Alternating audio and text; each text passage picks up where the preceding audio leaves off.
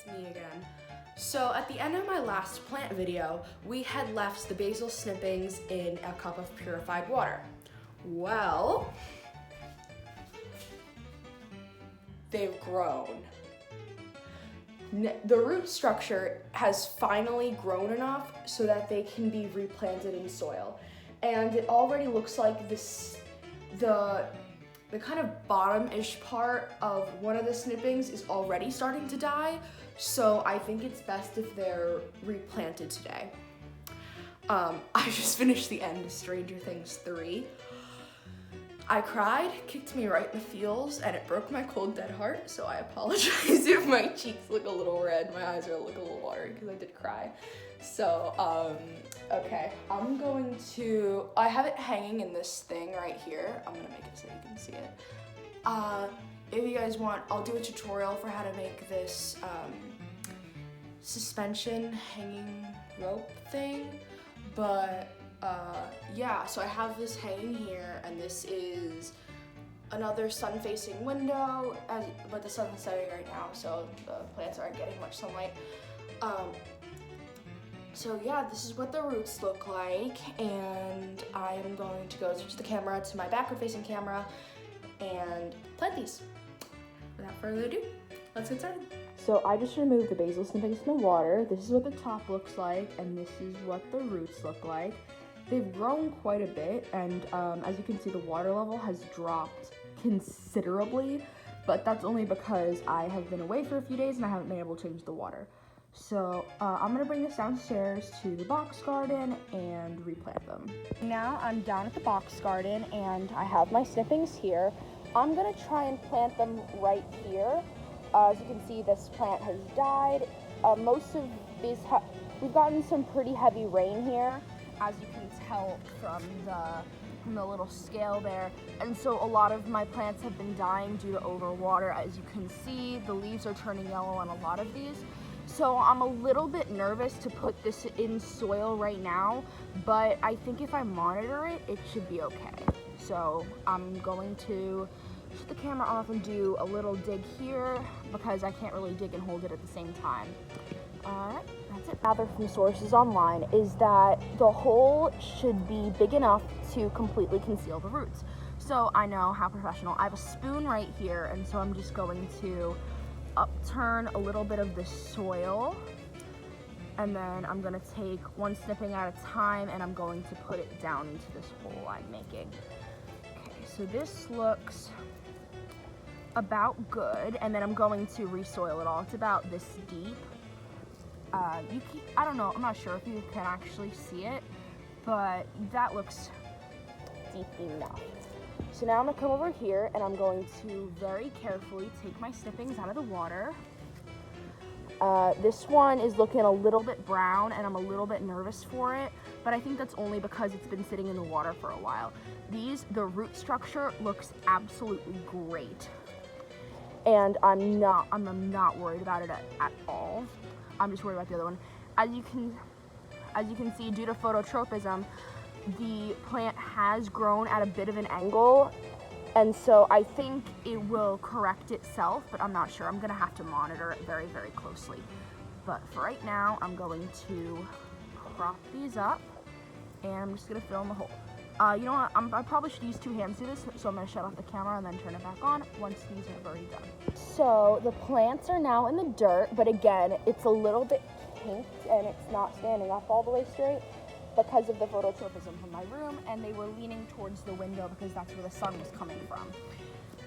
But I assume it's going to correct itself, although this probably should be monitored pretty close. But other than that, these look pretty good. I'm not gonna give them water since they've been, sitting in here. Water's actually really cloudy, but I think that's just because I've, taken it from inside, and the jar has a lot of moisture on it. But yeah. Oh, a quick update on the eggplants. They're really not looking that good. So I might do a video on the eggplants and trying to fix them a little later. Just comment and tell me what you actually want to see. But anyway, that's my plan. Alright. planted, and I will be checking up on them every few days just to make sure they don't turn brown, they don't turn yellow, and that the phototropism problem fixes itself. And I just want to make sure that they don't die like all of the other plants in the garden, even though, you know, all of the plants, they're not mine, they're other people's, my family's. I'm actually really curious to see if that's a problem with the box garden itself or how they're caring for the plants, because I know I'm a bit more attentive with mine. Like the chamomile plant you saw in the video, if you go back and look, it's pretty green. It's my plant. I've been caring for it.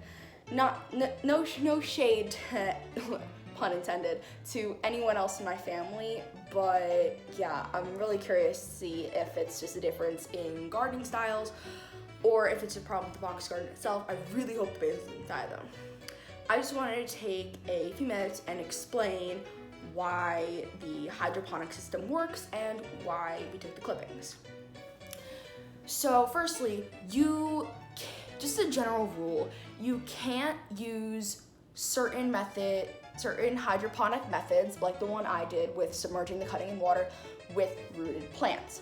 This is because roots are what's called vascular structures, and vascular structures are structures and tissues in plants that assist in drawing water from soil.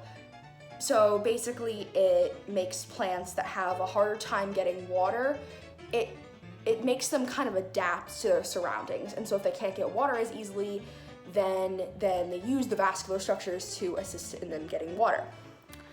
The problem with this is, I took snippings from the top, and so quite obviously, when I submerged the snippings in water, they didn't have roots. And so that meant I took away their vascular structures, meaning if I put them in soil, they wouldn't be able to get water and they would die.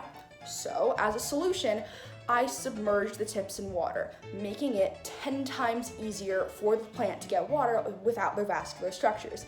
Basically, I just turned a vascular plant into a non-vascular plant. Non-vascular plants are plants that grow very well in water because they don't have vascular structures and tissues to help them take in water.